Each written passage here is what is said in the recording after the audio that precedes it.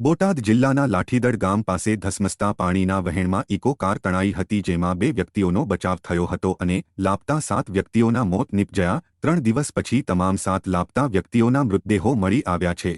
કારમાં સવાર 9 લોકો પૈકી 2 વ્યક્તિનો બચાવ, જ્યારે 7 લોકો લાપતા હતા, જેમાં 2 મહિલાઓના મૃતદેહ ગઈકાલે સાંજ સુધીમાં મળ્યા હતા, જ્યારે આજ સવારથી એનડીઆરએફની ટીમ પહોંચી હતી અને બાકીના લાપતા લોકોની શોધખોળ શરૂ કરી હતી। એનડીઆરએફની ટીમ દ્વારા મહામહેનતે 5 મૃતદેહોને નદીમાંથી બહાર કઢાયા હતા।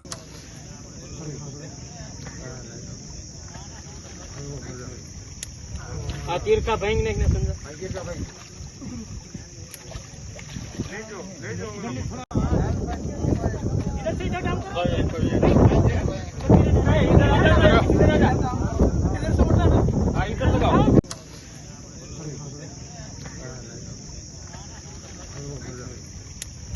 આ તીરકા ભાઈ ને સમજા